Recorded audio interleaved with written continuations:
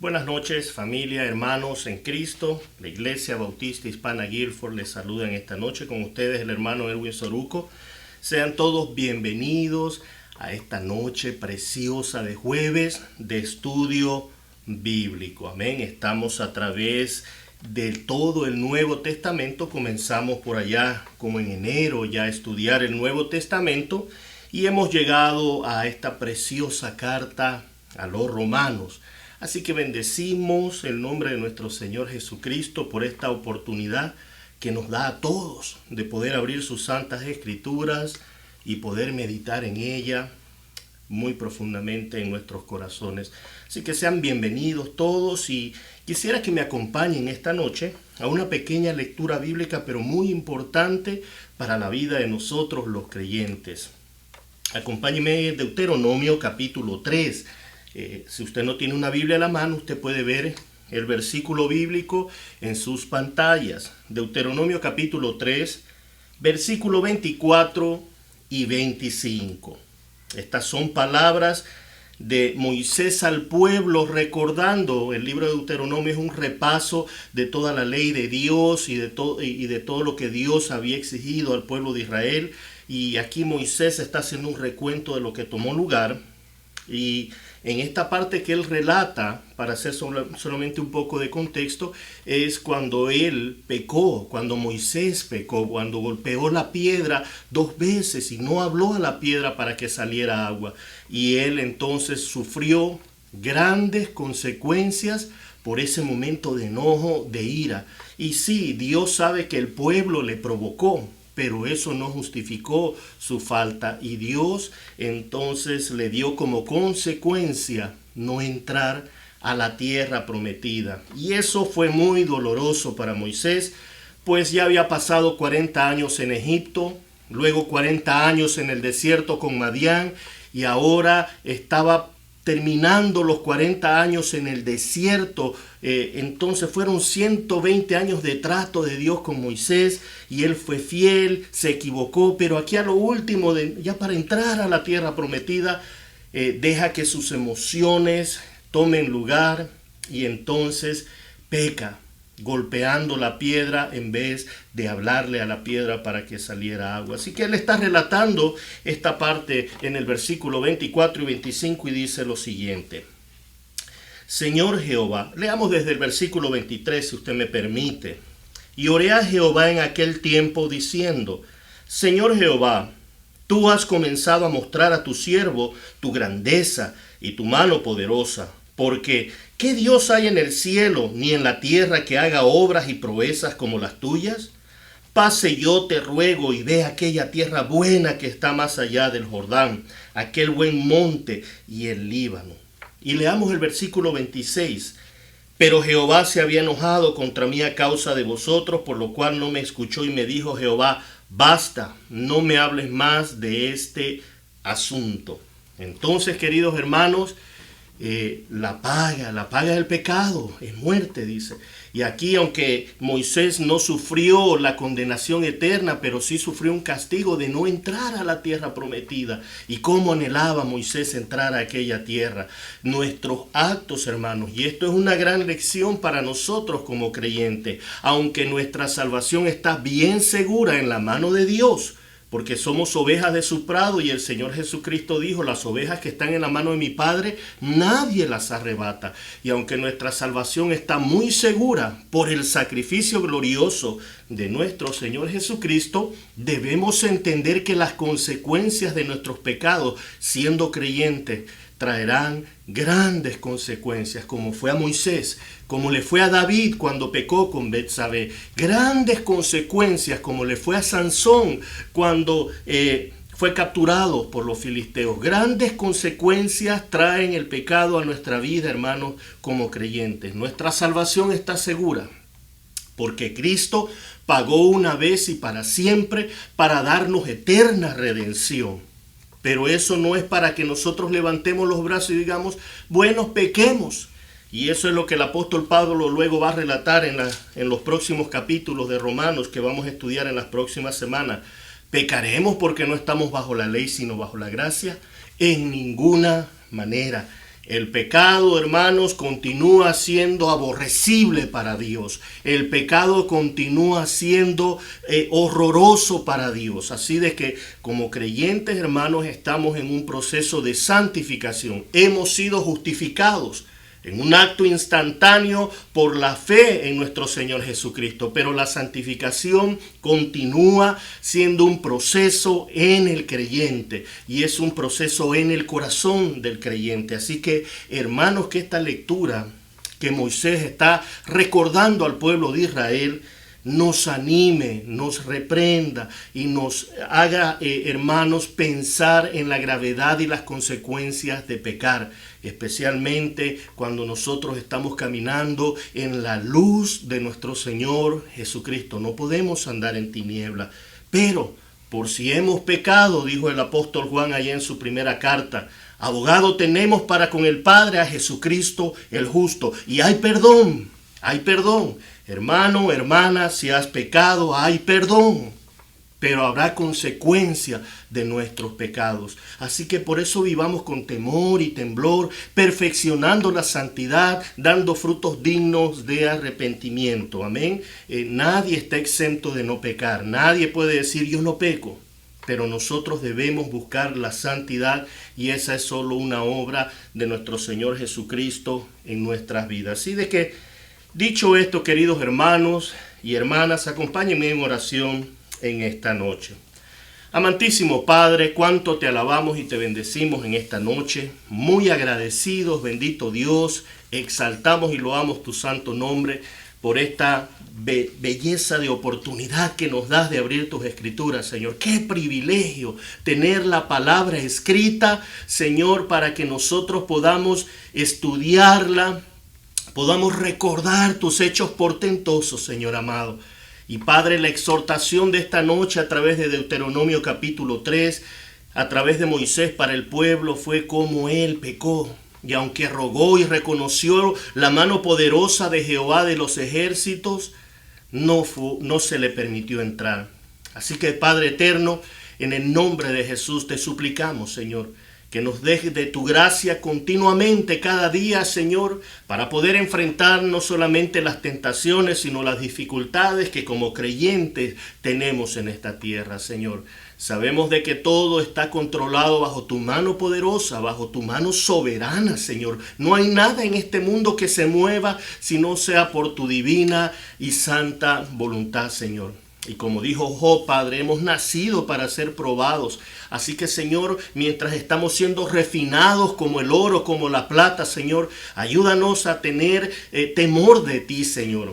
Ayúdanos a desear perfeccionar la santidad en el temor a Jehová, Señor amado. Ayúdanos, Señor, que no tomemos el pecado a la ligera, Señor. Que no tomemos la gracia como licencia para pecar, sino que tomemos la gracia, Señor, como el divino don que nos has dado para alcanzar lo que antes era inalcanzable para nosotros, Señor. Para ahora vivir para ti, para dar frutos, Señor amado. Así que suplicamos que nos ayudes, Señor, en esta caminata. Te suplico por mis amados hermanos y hermanas, no solo de nuestra iglesia local, Padre, sino también de todas las iglesias hermanas alrededor de esta área de Sterling y del mundo entero, Señor. Que seas tú ayudándonos, Señor. Que seas tú ayudándonos, Señor amado. Y como dijo alguien, Señor, cuando caemos en público es porque primero hemos caído en lo secreto. Así que, Señor, ayúdanos a poder limpiar nuestro corazón, a poder limpiar, Señor amado, nuestra alma, Señor, a través de la santificación por medio de tu palabra, Señor.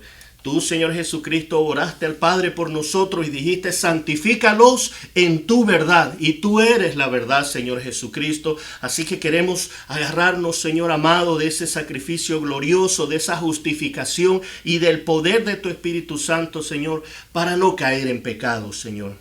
Y cualquiera que haya pecado, Señor, que venga en un sincero arrepentimiento delante de ti. Y si tenemos que sufrir las consecuencias, Señor, así sea, Padre. Pero estamos seguros en tu mano poderosa, así que te pedimos, Señor, que nos ayudes en este desierto de la vida, Señor. Que pronto entraremos al reposo de la tierra prometida, Señor, la eternidad. Esperamos tu regreso, Señor. Así que estamos, Padre, a la expectativa. Pero, Señor, queremos estar sobrios y prudentes en este caminar, Señor. Te agradecemos por esta exhortación de tu palabra, Señor. Y al continuar con este precioso y delicioso estudio de la carta a los romanos, queremos suplicarte de tus favores, Señor, y misericordia, pues somos limitados, Señor. Somos finitos, Señor, grandemente inútiles, dijo Lucas allá cuando cada uno piense que ha hecho lo que debe hacer, diga, siervo inútil somos, Señor. Así de que ayúdanos, Espíritu Santo, que al poder exponer estos versículos de la carta a los romanos, podamos ser grandemente edificados, grandemente bendecidos, animados, confrontados, fortalecidos en la fe, Señor. Porque solo tu palabra es eterna, solo tu palabra es viva y eficaz, y en ella queremos confiar. No queremos confiar en persuasión de hombre, en sabiduría humana, en conceptos humanos de este mundo. Señor, confiamos en fe lo que tú has dicho en tu palabra, y porque tú lo has dicho, así lo creemos, Señor, y eso es suficiente para nosotros, Señor. Así que ayúdanos en esta noche, bendícenos, Señor, y nos encomendamos en tus manos poderosas, Señor. Todo esto te lo pedimos en aquel nombre que es sobre todo nombre, en el nombre de Jesús. Amén y amén. Bueno, queridos hermanos, qué bendición poder estar ahora esta noche nuevamente. Estamos en el estudio número 2 de la carta a los Romanos, estudio número 2. Amén. Así de que en esta noche, hermanos, vamos a estar estudiando la introducción al libro de Romanos. Y este es el capítulo 1, desde el versículo 1 al versículo 17. Ahora, quiero explicar antes de sumergirme en este estudio, que en esta oportunidad, ya que esta introducción, este saludo de esta carta a los romanos del apóstol Pablo a la iglesia que estaba en Roma es extensa, no podemos pasarla por alto, porque Pablo escribió una salutación bien extensa por un propósito, y esta carta es fundamental sobre todas las otras cartas que el apóstol Pablo escribió, porque como vimos la semana pasada, relata la salvación, la doctrina de la salvación, especialmente lo que se trata acerca de la justificación, y ya lo vamos a ver. Así de que en esta noche vamos a exponerlo exhaustivamente esta noche. Solamente los próximos capítulos vamos a estar dando pequeñas porciones, pero en esta noche tenemos que hacer una exposición detallada al respecto. Amén. Así de que es importante que entendamos esto. Si nosotros recordamos que la carta a los Romanos es el sexto libro del Nuevo Testamento, y dijimos la semana pasada que la razón de que Mateo, Marcos, Lucas y Juan son los primeros 4 no es porque así se escribieron en ese orden, sino que la iglesia primitiva los acomodó en ese orden por la importancia de los temas.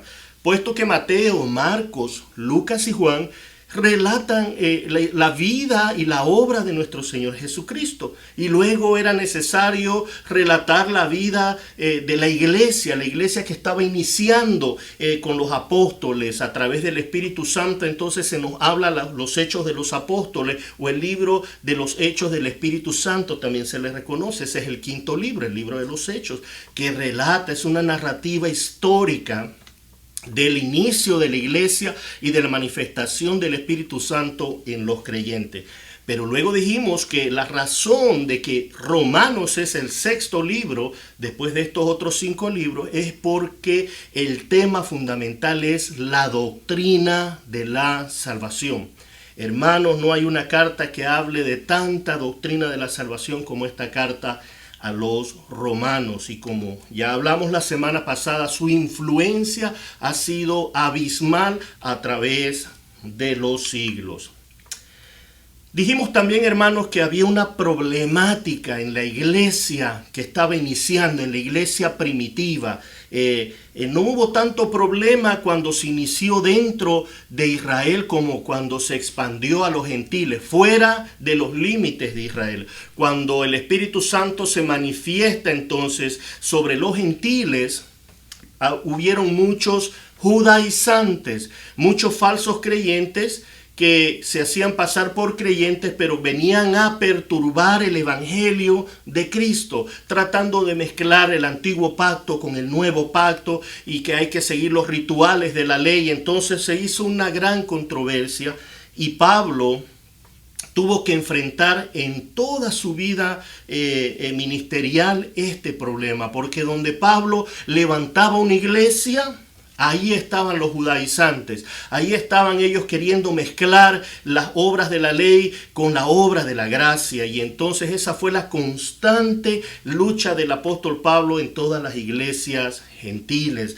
Así que por eso era importante esta carta a los romanos. Aunque Pablo no fue el fundador de esta iglesia, pero él amaba las iglesias gentiles. Recuerde que el llamado de Dios al apóstol Pablo fue para que él fuera a dar el evangelio a los gentiles, así como Pedro fue elegido para dar el evangelio a los judíos. Pablo fue llamado el apóstol a los gentiles. Y aunque él no fue el fundador de esta iglesia, él amaba las iglesias gentiles. Así que tenía una gran preocupación, y ya vamos a verlo dentro de un momento, por estas iglesias. Así que esa fue la razón por qué él escribió esta carta a los romanos. Como dijimos allá, la escribió en la ciudad de Corinto, alrededor del año 57-58 después de Cristo. Y el tema principal es el evangelio, la doctrina de la salvación, especialmente la justificación, que es un acto soberano, es un acto exclusivo de Dios. Nadie le dice a Dios quién debe ser salvo o quién no debe ser salvo. Es soberano. Dios es soberano y Él toma la decisión de salvar a una raza que estaba caída. La justificación, hermanos, es eso, es Dios declarando justo al pecador, declarando como inocente al pecador, sin mancha, sin tacha, sin arruga. Es un acto extraordinario de nuestro Dios, pero no lo hizo simplemente yendo en contra de su santísima ley, porque Dios, como juez justo, tenía que castigar el pecado. Así que nosotros recibimos un acto soberano de Dios de hacernos justos delante de Él, pero le costó un precio muy alto, y ese precio fue la sangre derramada de nuestro amantísimo Señor Jesucristo, al cual bendecimos por los siglos de los siglos. Amén. Así de que este era el tema, y el propósito del apóstol Pablo era que la fe del creyente esté fundamentada en la palabra de Dios. Y esto lo vamos a ver en el capítulo 2, pero debe estar fundamentada en sola escritura, ¿cierto? Que la justicia imputada de Cristo a nosotros es por solo gracia, por medio de sola fe. Y esto solo por solo Cristo. ¿Para qué, hermanos? Para que solo a Dios sea la gloria. ¿Quién se puede jactar en su presencia? ¿Quién puede erguir su pecho y decir, es que yo he sido un gran hombre de Dios y por eso es que soy salvo? Oh, hermanos, no hay nadie, no hay justo, ni siquiera uno, dijo el Señor Jesucristo. Ha sido por gracia, ha sido porque Jesucristo fue nuestro sustituto, quien llevó nuestros pecados, quien llevó el castigo de nuestra paz, y por quien nosotros hemos sido curados a través de sus llagas. Qué bendición, hermanos, entender este tema precioso. Así de que la introducción vamos a estar estudiando, como dije al principio, versículos del 1 al 17. Vamos a ver el saludo, la declaración de intención de visitar a Roma y el resumen del evangelio que predica Pablo. Así que este es un gran saludo. Y antes de comenzar en este saludo, mire cómo es el saludo allá en la primera carta a los Corintios. Ahí va unas páginas más adelante. Y veamos el saludo para que usted pueda ver luego la diferencia entre esta carta a los romanos y la carta a los corintios.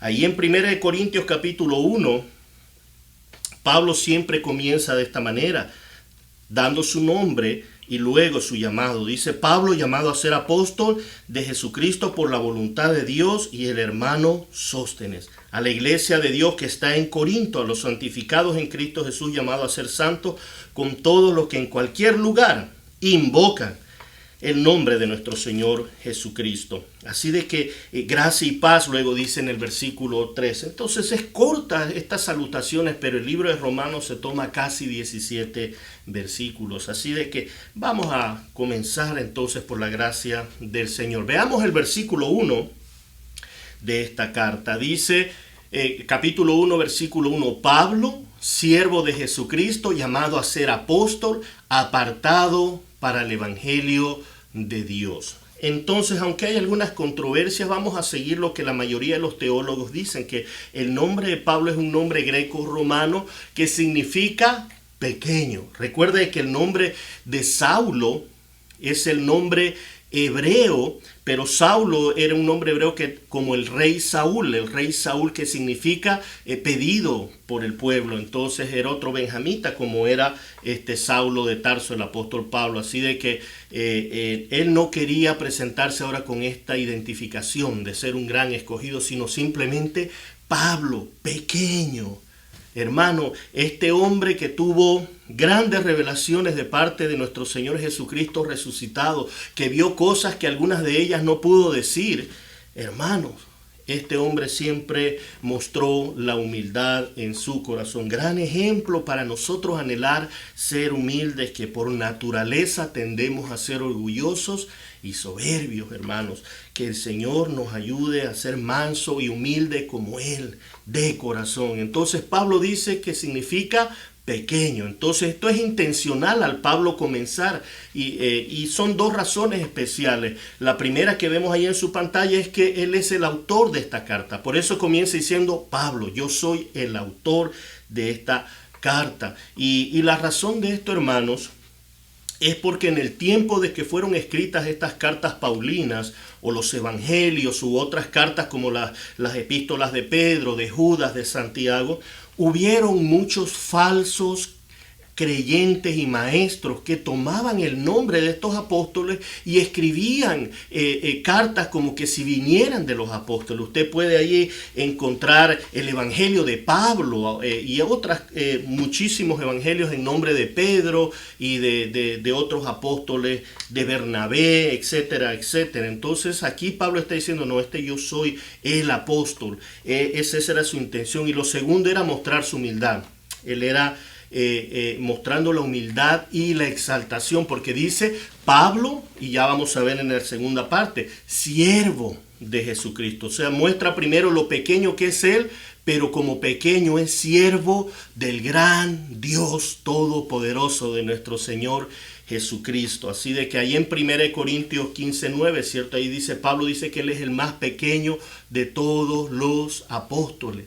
Dice, como un abortivo, Dios me llamó de último porque yo soy el más pequeño de los apóstoles. Y aunque aún otro apóstol bien conocido y pilar de la iglesia como el apóstol Pedro, él dijo, nuestro amado Pablo, hermano Pablo, que escribe unas cosas difíciles de entender, admiraba el apóstol Pedro al apóstol Pablo, pero aún así Pablo nunca se jacta, sino que él se considera pequeño, pero un pequeño hombre, siervo, esclavo de un Dios todopoderoso. Y esto es lo que vamos a ver, siervo de Jesucristo. Y esto es lo que combina la humildad y la majestad de nuestro Dios, de que Él fue el siervo del Creador del universo.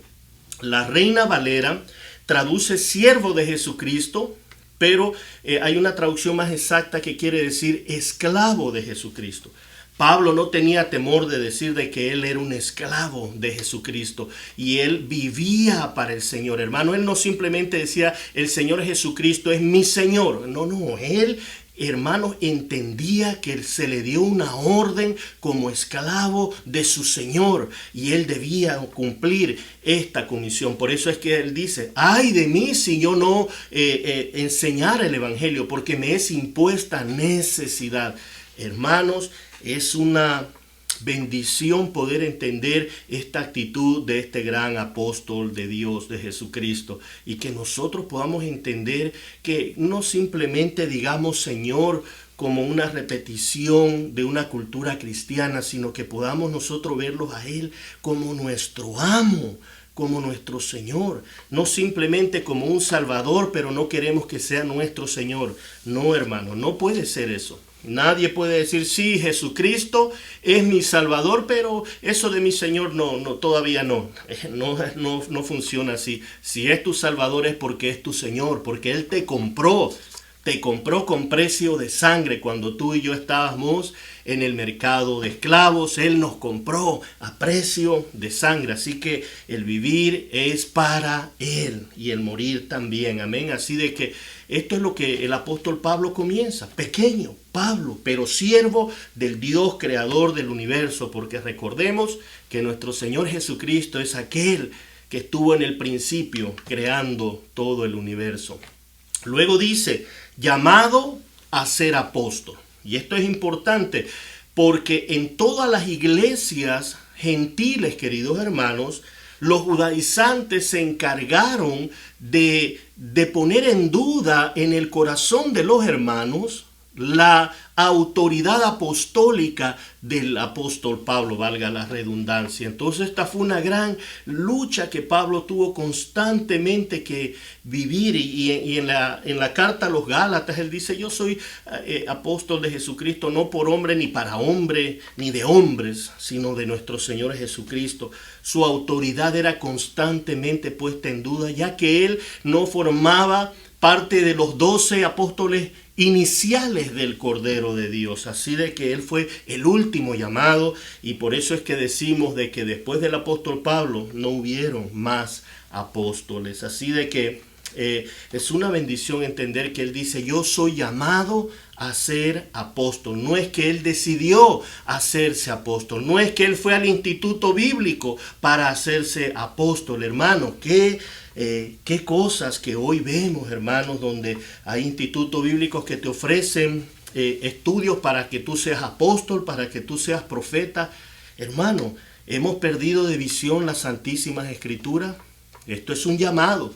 Y como Aarón, que fue llamado por Dios, no se llamó a él mismo. Así es todo el que tiene el llamado al Señor, es de parte de Él y confirmado por la iglesia, queridos hermanos. Así de que qué importancia que entendamos esto, que el llamado no nos lo da un hombre, el llamado no nos da un instituto bíblico, es de Dios y se tiene que reflejar con el deseo de servir a Dios y servir a los hermanos, enseñando la palabra de Dios y predicando el evangelio a los perdidos. Entonces esta fue una decisión de Pablo y acompáñame ahí a Hechos, solo por mirar algunos versículos. Hechos capítulo 15, Hechos 9, el versículo 15. Acompáñeme a Hechos 9, el versículo 15. Y dice de la siguiente manera.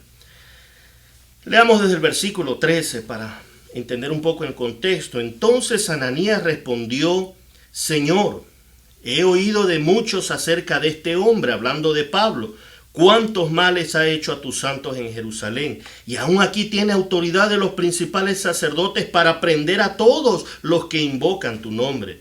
Y el Señor le dijo a Ananías: ve, porque instrumento escogido me es este para llevar mi nombre en presencia de los gentiles, y no solo de gentiles, sino también de reyes y de los hijos de Israel. Ese fue el llamado de Dios al apóstol Pablo, apartado. Y Pablo aquí va a mencionar, entonces él está dando todas estas identificaciones, afirmando su apostolado, afirmando su llamado, de que él tenía una autoridad de parte de Dios para enseñar el evangelio. Y apartado implica de que Dios lo apartó, lo santificó para una obra específica, queridos hermanos. Y cuán difícil fue ese ministerio, y ya lo vamos a ver luego. Pero Pablo cita en Gálatas capítulo 1. Acompáñame ahí en Gálatas, por favor. Gálatas capítulo 1. Y vamos a ver lo que menciona Pablo en el versículo 15. Gálatas capítulo 1, versículo 15. Mire lo que dice el apóstol Pablo. Pero cuando agradó a Dios, que me apartó desde el vientre de mi madre, y me llamó por su gracia revelar a su Hijo en mí para que yo le predicase entre los gentiles, no consulté enseguida con carne y sangre. Aquí el apóstol Pablo está diciendo, está hablando de esta manera que la gente entendía. Me apartó Dios desde el vientre de mi madre. ¿No fue eso lo que dijo Jeremías también en el capítulo 1, versículo 5? Mire lo que dice, y vayamos rápidamente, solo para entender de que esto no era nuevo, hermanos, y son palabras importantes de afirmar. Jeremías capítulo 1, permítame llegar, el versículo 5 dice, este es Dios hablándole a Jeremías. Mira el versículo 4, vino pues palabra de Jehová a mí diciendo, antes que te formase en el vientre te conocí, y antes que naciese te santifiqué, te aparté. ¿Y para qué lo apartó, hermano? Te aparté para hacerte profeta a las naciones. Y esto es lo que el apóstol Pablo se está identificando también, que como Jeremías fue apartado, santificado para la predicación de la palabra, así también el apóstol Pablo. Pero ¿para qué fue llamado? ¿Para qué fue apartado? Él mismo nos lo dice, para el evangelio de Dios. Para el evangelio de Dios. Y esto es importante que lo entendamos, hermanos, porque es triste ver que hoy muchas veces se está predicando otro evangelio, y ese problema también estuvo en el tiempo de Pablo, y él mismo lo dice en Gálatas, ¿cierto? Si alguno predica otro evangelio del que hemos predicado, sea anatema, o sea maldecido por predicar otro evangelio. No que haya otro, sino que algunos perturban, dice, algunos corrompen el evangelio. Entonces Pablo dice aquí, apartado, llamado para el evangelio, pero el evangelio de Dios, el evangelio de las escrituras, el evangelio que Dios ha establecido. Entonces, ¿qué es el evangelio? Muchas veces respondemos buenas nuevas, pero sí es eso significado etimológico. ¿Qué significa evangelio? Pero ¿qué son las buenas nuevas entonces? No vamos a responder es el evangelio, no. Las buenas nuevas, ¿qué es, hermano? Es que Dios, siendo santo, el hombre que fue creado a imagen y semejanza del Dios Santo se rebela contra Dios y peca, y ahora está muerto espiritualmente. Pero Dios, en un acto de amor y misericordia soberano, decide salvar y perdonar el pecado del hombre por medio de castigar a su Hijo. Y eso es lo que es el evangelio, hermano. Ha proveído el camino. Usted puede leer eso ahí en Jeremías 31, donde él promete que vendrá un nuevo pacto, que vendrá el Hijo de Dios. Lo promete allá en Génesis 3:15.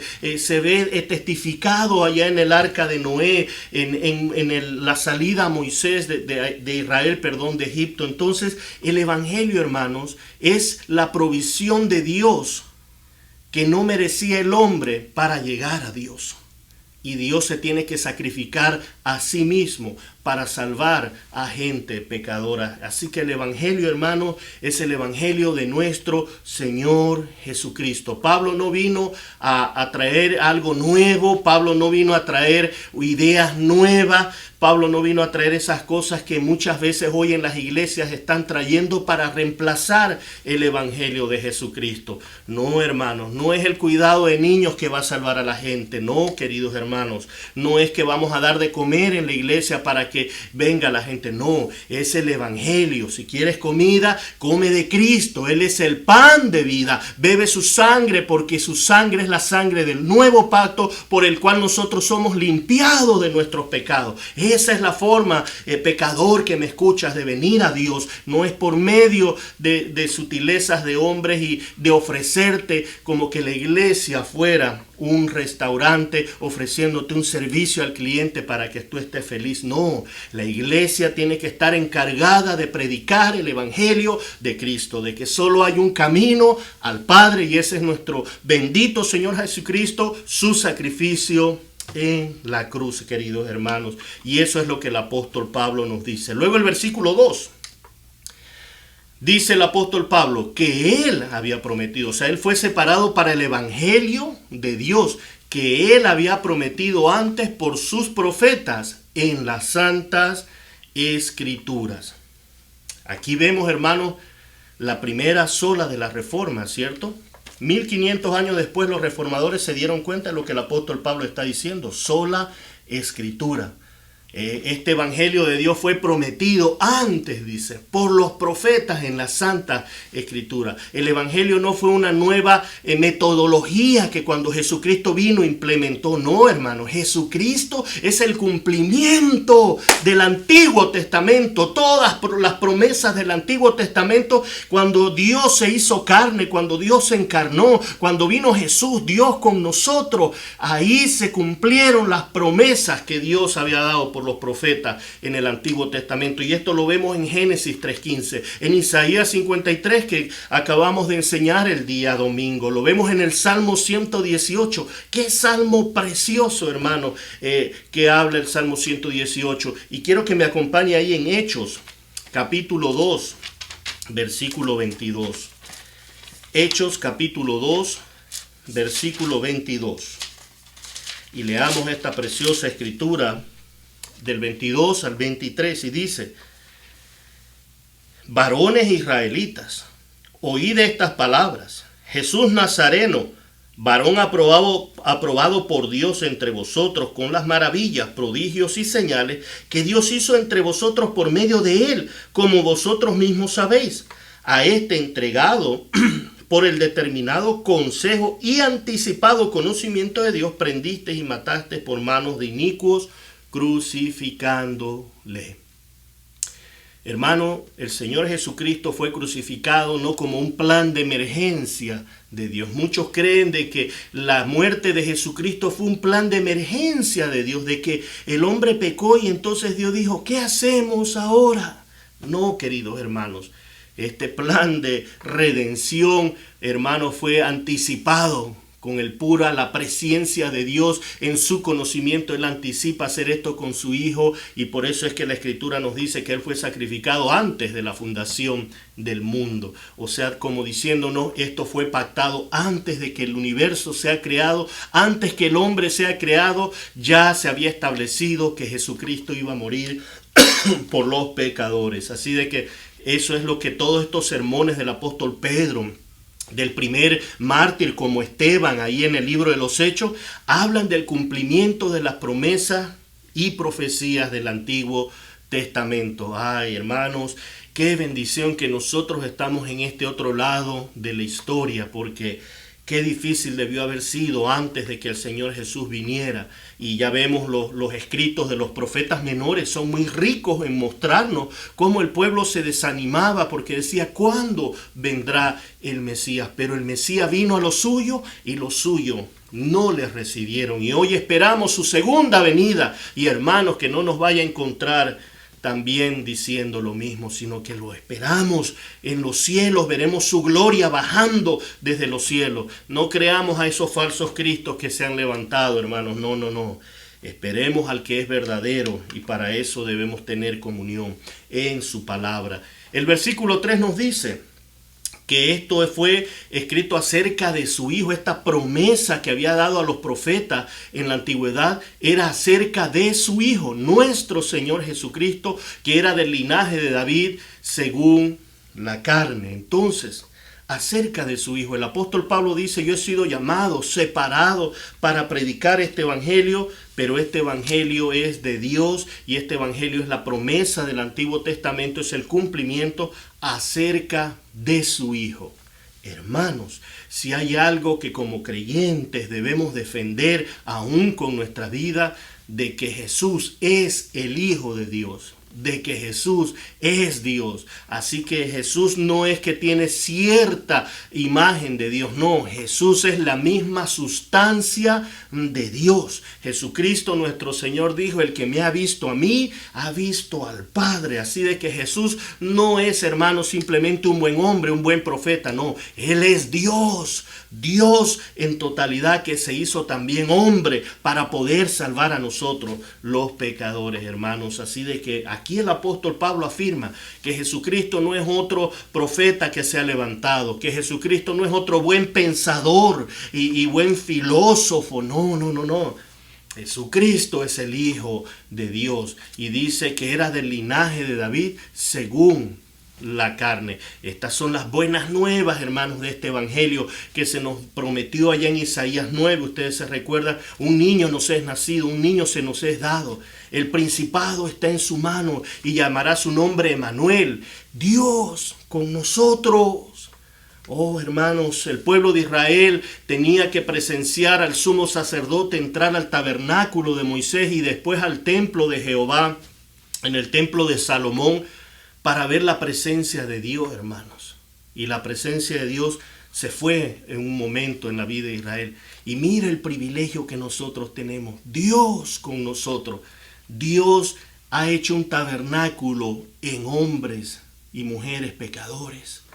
Nos ha santificado, ha hecho un tabernáculo de nosotros. Emmanuel, Dios con nosotros. Hermanos, si solo meditáramos en lo que eso significa, es para vivir una vida consagrada a Él, pero no estamos meditando.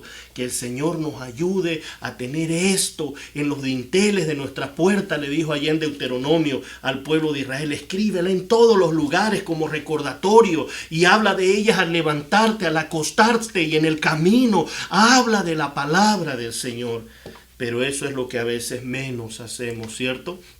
Así que el Evangelio de Mateo, hermano, a Jesús se le llama por el título en varias ocasiones como el Hijo de Dios. Así de que este es nuestro Señor Jesucristo, el que el apóstol Pablo está presentando como el único, verdadero e unigénito de Dios, porque no hay otro, hermanos. No hay otros. Los demás son solemnes mentiras, como decía alguna persona. Son inventos de las imaginaciones de los hombres, de tal manera que a un pedazo de madera le dicen padre. Es una cosa espantosa, hermanos. El versículo 4, el apóstol Pablo continúa diciendo, hablando de Jesucristo, que fue declarado Hijo de Dios con poder, según el Espíritu de Santidad, por la resurrección de entre los muertos. Dios definitivamente designó a Jesús como el Hijo de Dios, hermano. No significa que el Hijo de Dios comenzó a existir cuando nació como hombre. No, esa fue su encarnación. Recordemos lo que dijo el apóstol Juan, allá en Juan 1:1. En el principio era el Verbo, y el Verbo era con Dios, y el Verbo era Dios. Jesucristo es eterno. El Hijo de Dios, el Cristo, es eterno. Siempre ha existido, siempre existirá. No tiene principio, no tiene fin. Pero el tiempo de su encarnación es completamente diferente. Eso sucedió hace 2000 años. El eterno Hijo de Dios entró en la esfera del tiempo para venirse a humanizarse y morir por nosotros. Y es Hijo de Dios con poder, amén. Y eso fue lo que él dice en la gran comisión, ¿cierto? En Mateo 28:18. Toda potestad me ha sido dada. Toda potestad. Así de que Él ya no va a ser el Cordero de Dios cuando regrese. No, cuando veamos su regreso no será como Cordero, sino como león, como el león de la tribu de Judá, que vendrá entonces, hermanos, a gobernar con poder y autoridad. Y este fue un hijo de Dios con poder, dice, según el Espíritu de santidad. Es el mismo Espíritu Santo que resucitó a Jesucristo de entre los muertos por la resurrección, que eso es lo que el Espíritu Santo hizo, resucitar. Es el Hijo con poder. El Espíritu Santo lo separó y nos santificó, lo mismo que ha hecho con nosotros, queridos hermanos. Esta es la presentación del apóstol Pablo de su ministerio, pero también la razón de su ministerio. La razón del apóstol Pablo no era levantar templos de 100 millones de dólares, no era tener aviones privados, no. El ministerio del apóstol Pablo es que, hermano, él tuvo que trabajar arduamente y lo tuvo todo por basura. Todos los títulos terrenales los dejó a un lado por predicar el evangelio de Cristo. Y él mismo dice: tuve hambre, tuve desnudez, fui apedreado, azotado, naufragio. Pero dice, nada de eso se compara con la gloria venidera. Así que, queridos hermanos, el apóstol Pablo tuvo un llamado no para exaltarse, sino para predicar el evangelio de Cristo. Y esto lo dice en el versículo 5. Y por quien recibimos la gracia del apostolado para la obediencia a la fe en todas las naciones por amor de su nombre. Él reconoce que esta gracia él la recibió, que le fue dado. No es, hermano, simplemente que él deseó hacer algo, fue dado de parte de Dios. Esta gracia y el apostolado, no solo el don de salvación, hermanos, sino también lo que conlleva. ¿Para qué fuimos salvos? Dios no nos salvó del pecado para dejarnos ahí a que a nosotros hagamos ahora lo que nos place. No. Él nos sacó para que hiciéramos discípulos en todas las naciones. Ese es el propósito como creyentes que hoy tenemos, hermanos. No es disfrutar la vida como piensan muchos de nosotros con las filosofías de este mundo. Disfruta porque la vida es corta. Sí, hermano, la vida es corta y a nosotros nos espera una eternidad con nuestro Señor Jesucristo. Vivamos, hermanos, enfocados, vivamos comprometidos con el evangelio de nuestro Señor Jesucristo. Esta gracia apostolado es para la obediencia a la fe. Cuando Dios, queridos hermanos, nos salva, cuando nuestro Señor Jesucristo nos salva y nos da vida nueva, nos da un espíritu nuevo, un corazón nuevo, Él en cierta manera restaura la vida espiritual que nosotros debemos tener, esa imagen de Dios en nosotros, esa imagen y semejanza en nosotros para ahora vivir para Él y reflejar su carácter. Y esa debe ser nuestra gran lucha. Oh, hermanos, es fácil aprenderse un versículo. Es fácil poder aprender una enseñanza y exponerla con mucha elocuencia. Es fácil, pero vivir una vida cristiana verdadera en el corazón es una tarea ardua, difícil. Y nosotros, hermanos, debemos sincerarnos y buscar tener una vida de creyentes verdaderamente que refleje el carácter de Cristo, pues se nos ha sido dada la fe, la virtud, el conocimiento, la piedad, el dominio propio para vivir reflejando su carácter. Pero esto solo se da a través de meditar en este evangelio precioso. Y entonces esta obediencia a la fe es en todas las naciones. Y aquí vemos, hermanos, que Pablo está diciendo de que este evangelio no es simplemente para los judíos, no es exclusivamente para los judíos, sino para la salvación que fue prometida a Abraham, de que en tu simiente serán benditas todas las naciones de la tierra. El evangelio es universal, es para todas las personas de todo el mundo. No le pertenece exclusivamente al pueblo de Israel. Es para todos los escogidos de todas las naciones, de cada tribu, lengua y nación.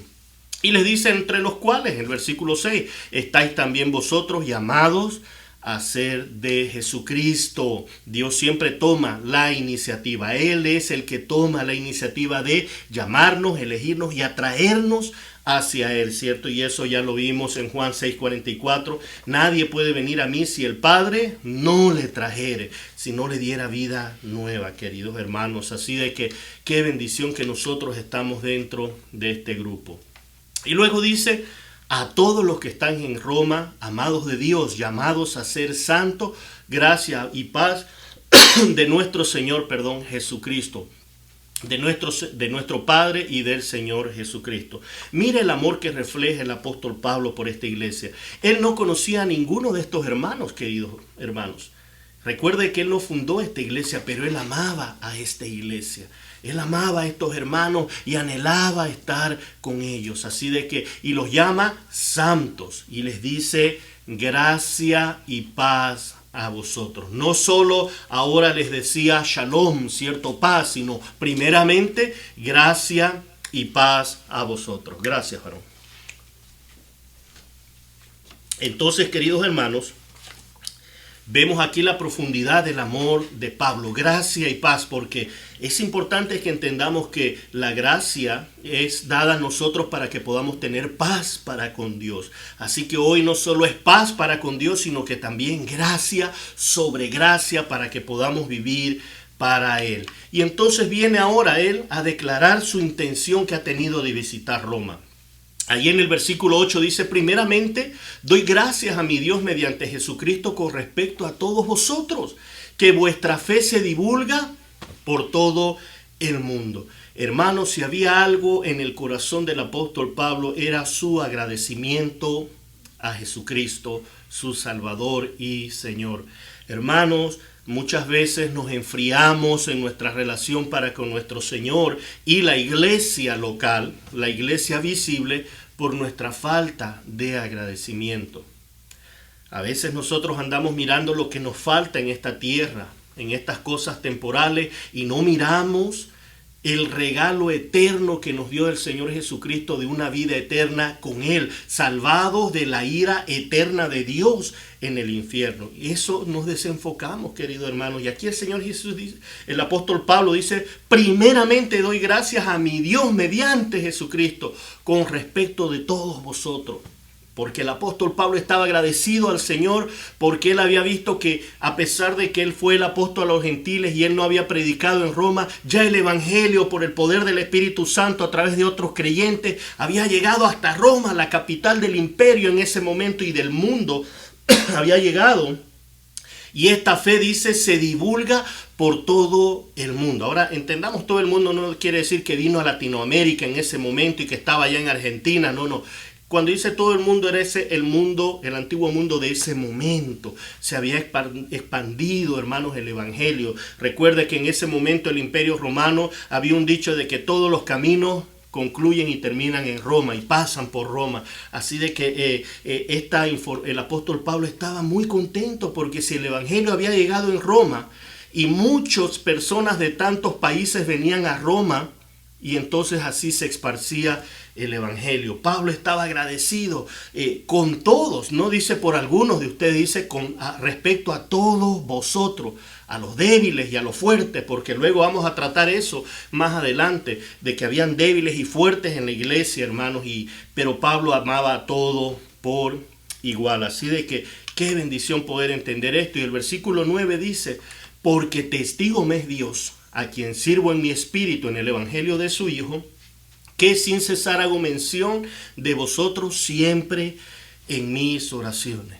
Y esto, hermanos, es importante entender de que aquí el apóstol Pablo dice: testigo me es Dios. No dice testigo me es Timoteo, testigo me es Lucas, no, testigo me es Dios, a quien sirvo en mi espíritu, dice, o sea, en su esfuerzo, en su vida natural, él le sirve a Dios en el evangelio de su Hijo, de nuestro Señor Jesucristo. Pero ¿de qué, hermano? ¿De qué es testigo Dios? De cómo él ora sin cesar. Ay, hermanos, ¿cuántas veces hemos hecho una repetición de esto? Ay, hermano Jorge, estoy orando por ti, y en realidad ni hemos orado. Pero como es lo bonito y muy cristiano de decir, estamos orando por usted. ¿Y cuándo fue que oró por mí? Si yo preguntara, ya ahí no respondemos. Pero aquí dice el apóstol Pablo, si hay alguien que sabe que yo he orado sin cesar por todos vosotros, es Dios. Y así debe ser, hermanos, que nosotros podamos decir, testigo es Dios, hermano, hermana, que he estado orando por ti. Pero cuando nosotros estamos enfocados en nosotros mismos, ¿qué nos vamos a acordar de otras personas? Y aquí el apóstol Pablo, hermano, estaba diciendo, ¿cómo oro por ustedes sin cesar? Siempre hago mención de vosotros a personas que no conocía. Y cuánto nosotros necesitamos orar por aquellos hermanos que no conocemos, pero que están atravesando momentos difíciles. Pero a veces solo lo mencionamos una vez por ahí y nos olvidamos. Luego dice el versículo 10, mostrando su verdadero deseo. Dice que rogaba que de alguna manera tenga al fin, por la voluntad de Dios, un próspero viaje para ir a vosotros. Pablo pensaba visitar, había hecho planes de visitar, pero Dios no lo permitió. Y dice él claramente, por la voluntad de Dios, tener un próspero viaje a vosotros. Ay, hermanos, ¿y sabe usted cuál fue el próspero viaje del apóstol Pablo a Roma? Usted se recuerda ahí en Hechos 23, leámoslo rápidamente para que usted se dé cuenta el próspero viaje que tuvo a Roma. En el Hechos capítulo 23, para aquellos hoy falsos apóstoles que andan, si quieren venir a la iglesia, dice, a predicar, si quieren llevarme, tienen que hacer avión privado y hotel 5 estrellas y no sé qué otra, y cierta cantidad de dinero. Pero mire aquí el apóstol Pablo, este fue el próspero viaje que tuvo cuando al fin llegó a Roma. Hechos 23, versículo 11, primeramente. Y dice, a la noche siguiente se le presentó el Señor y le dijo, ten ánimo, Pablo, pues como has testificado de mí en Jerusalén, así es necesario que testifiques también en Roma. Ahora, hermanos, aquí el Señor le está diciendo, bueno, Pablo, tus deseos, tus ruegos de ir a Roma se van a hacer realidad. Te voy a enviar a Roma, pero no te voy a enviar en una carroza acolchonada con caballos blancos y con sirvientes que te laven los pies. ¿Cómo fue el viaje de Pablo? Mire lo que dice ahí Hechos 27. Bueno, Lucas los dice, ¿cierto? Él fue el escritor, pero es el libro de los Hechos, capítulo 27, versículo 21. La forma como Pablo llega a Roma, hermanos, es siendo un preso. Y lo iban a matar en Jerusalén, entonces se lo llevan los romanos hacia Roma en un barco. Y mire lo que ocurre en este viaje, en el versículo 21 en adelante.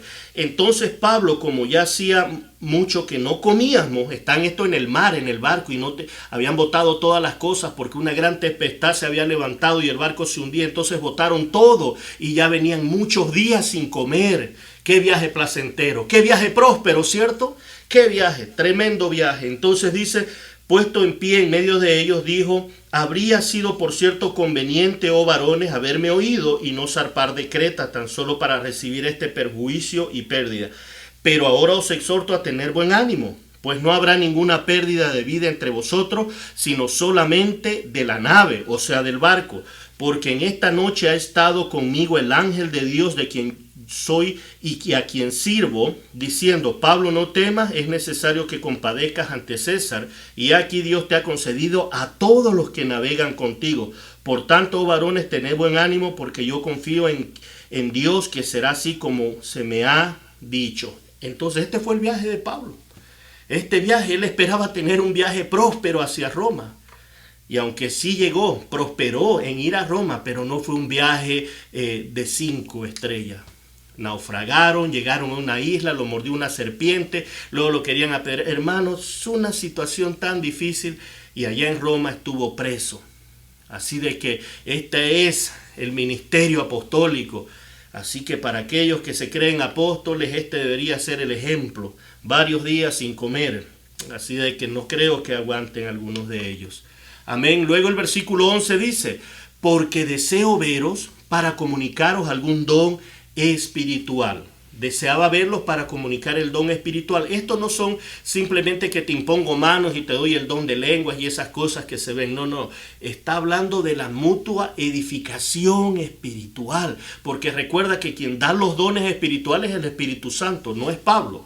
Pablo, cuando él dice para comunicaros algún don espiritual, está hablando para crecer en el Señor, para entender, para madurar en la palabra del Señor, entendiendo el Evangelio de Cristo, a fin de que sean, dice, confirmados, o sea, establecidos en la verdad. Cuando nosotros estamos estudiando la palabra, como hoy día jueves, estudio bíblico, hermanos, es tiempo de una bendición espiritual, de comunicar algún don espiritual. Algo usted ha de aprender de estos comentarios de las Escrituras en esta noche. Y entonces usted será confirmado en el Evangelio de Jesucristo. Que usted no ha creído en un Dios en vano. Usted ha creído en el único Dios verdadero, creador de cielos y el universo, que le ha garantizado una salvación eterna a pesar de nosotros mismos, queridos hermanos. Y entonces dice el versículo 12, esto es para ser mutuamente confortados por la fe que nos es común a vosotros y a mí. Hermanos, yo quiero que usted comprenda esto, la importancia de congregarnos. Hermanos, esta transmisión ha sido una bendición, pero necesitamos congregarnos. Mire que el apóstol Pablo no quería hacerlo simplemente por medio de carta, porque él necesitaba estar en presencia física. La iglesia online no es la iglesia de Cristo. Él nos ha puesto como miembros de Cristo, de un cuerpo, y necesitamos tener comunión unos con otros para no solo animarnos y bendecirnos, aún para limarnos entre nosotros en nuestros caracteres y personalidades. Así de que es importante, hermano, que pronto dejemos de transmitir para tener los servicios en forma presencial y poder animarnos mutuamente los unos a los otros. Y esto es lo que el apóstol Pablo quería hacer. Si no, él simplemente hubiese escrito cartas y cartas, pero no, él quería tener comunión con los santos. Y dice el versículo 13, pero no quiero, hermanos, que ignoréis que muchas veces me he propuesto ir a vosotros, pero hasta ahora he sido estorbado, para tener también entre vosotros algún fruto como entre los demás gentiles. ¿Cuál era ese fruto, hermanos? El fruto que el apóstol quería ver no solo era el fruto de santidad en las personas, sino el fruto de salvación. Él quería ir allá, a darles el evangelio a los hermanos, enseñarles más acerca de la doctrina de la salvación y así poder ver el crecimiento de la iglesia, porque la iglesia entonces continuaría predicando el evangelio de Cristo, hermanos. Así de que ese era el anhelo del apóstol Pablo. ¿Y a quién dice en el versículo 14? A griegos y a no griegos, a sabios y a no sabios soy deudor. Entonces el apóstol Pablo dice, no, hermanos, este evangelio es para todos, griegos y no griegos, y para los que son intelectuales y los que no son intelectuales, para los que han recibido una educación como para los que no han recibido una educación. Esto es lo que hace el evangelio de Cristo, unifica. Hermanos, esto es importante que nosotros podamos comprender. El evangelio vino a derribar la pared intermedia entre los dos pueblos, entre judíos y gentiles. Dios vino a hacer de ambos pueblos un solo cuerpo por medio de su sacrificio. Y luego viene el versículo 15. Dice, en cuanto a mí, pronto estoy a anunciaros el evangelio también a vosotros que estáis en Roma. ¿Por qué quería anunciarle el evangelio si ya eran ellos cristianos? Y esto es lo que muchos se preguntan por ignorar qué es el evangelio. Creen que el evangelio es simplemente la predicación para salvación. No, hermano, el evangelio es para los inconversos y para los creyentes. Para los inconversos, para que se salven, y para que nosotros los creyentes que ya fuimos salvos continúe enseñándonos nuestra vida en santificación hasta que Él venga por nosotros. Entonces el evangelio no es un asunto de la salvación inicial. El evangelio es de principio a fin. Yo soy el alfa y la omega, el principio y el fin, dijo nuestro Señor Jesucristo. Él es el evangelio. Él es el evangelio y lo necesitamos de principio a fin. La salvación no es un acto inicial y ahí se acabó. La salvación es desde el momento que Él nos redimió hasta el momento que Él nos glorifique, hermanos. Entre ese momento inicial y final necesitamos del evangelio y solamente del evangelio, hermanos. Eso es lo que necesitamos como iglesia. Y dice en el versículo 16, el breve resumen del evangelio que predica Pablo: porque no me avergüenzo del evangelio, porque es poder de Dios para salvación a todo aquel que cree, al judío primeramente y también al griego. No me avergüenzo del Evangelio. ¿Por qué no me avergüenzo? Porque es poder de Dios. Hermanos, ya usted ha sido testigo de que en este año, desde el año 2020 hasta ahora, el coronavirus ha matado a poderosos, a ricos terrenales que podían tener la mejor medicina, la mejor atención médica, han partido de este mundo. Un virus tan minúsculo los derribó y nadie los pudo salvar. Pero aquí tenemos un evangelio que da vida a los muertos. Un evangelio que da vida a los muertos y le promete vida eterna. Nunca morirás. Y ese es el evangelio de nuestro Señor Jesucristo. Por eso el apóstol Pablo decía, no me avergüenzo de este evangelio. Es poder de Dios para salvación, lo cual no se puede hacer de otra manera. Y dice el versículo 17, porque en el evangelio la justicia de Dios se revela por fe y para fe. Como está escrito, mas el justo por fe vivirá. ¿Cuál es esta justicia de Dios, hermano? No está hablando aquí de los atributos de Dios, de la santidad de Dios, de que Él es justo. A esto no se refiere la justicia de Dios. Aquí se refiere a la justificación, a la forma en que como Dios justificó, perdonó el pecado. Y esa justicia, esa justificación se encuentra, dice, se revela, es una revelación de Dios, no puede ser encontrada intelectualmente, porque el problema del pecador no es el intelecto, el conocimiento, no, hermanos. El problema es del corazón, el pecado, depravación total, y esto lo vamos a ver a partir del versículo 18 en adelante, la próxima semana. La depravación total del hombre, su incapacidad. Así es que el problema no es mental, hermanos. El problema no es de conocimiento, el problema es del corazón. Y eso solo se puede ser revelado por fe y para fe. Y aquí el apóstol Pablo cita lo que dice Habacuc, mas el justo por la fe vivirá. El justo por la fe vivirá, pero es por fe. Este es el versículo crucial que Pablo resume en todo su carta. Es por fe y solamente por fe. No es tu intelectualidad, tu capacidad mental, no es tus buenas obras, es revelado por fe y para fe, solo por medio de Jesucristo y la revelación de Dios al corazón del hombre. Es un don de Dios, nos dice Efesios 2 del 8 al 10. Es por fe y para fe, como acabamos de verlo. Entonces, el resumen en esta introducción, hermano, está la introducción más extensa de la carta del apóstol Pablo, de sus cartas que le escribe. Afirma su autoridad de parte de Dios para enseñar este evangelio. Qué bendición la que Dios le dio a este varón. Y luego confirma la universalidad del evangelio de Jesucristo y establece que la justicia de Dios es por medio del evangelio de Jesucristo. La justicia es por medio del evangelio de Jesucristo por fe y para fe. Pero esta fe no es de nosotros, es don de Dios para que nadie se gloríe. No es por obras, es solo por revelación de Dios. Así que, queridos hermanos, esta es la introducción al libro de Romanos que queríamos hacer en este día.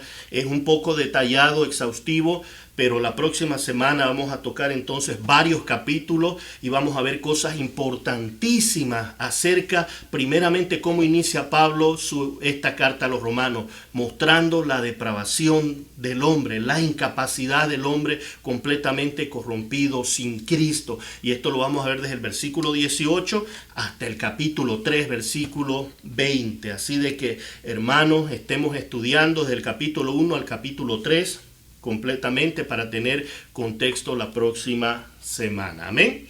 Así que acompáñenme en oración, hermanos, para despedir este tiempo. Amantísimo Padre, cuánto te alabamos y bendecimos en esta noche. Agradecido, Señor, emocionados, animados, Señor, con tremenda carta que tú hiciste escribir a este varón, a nuestro amado hermano Pablo. Gracias, porque aquí vemos, oh Padre, hasta podemos ver a nuestro Señor Jesucristo manifestándose de una manera maravillosa en nuestros corazones, Señor, por medio de su palabra.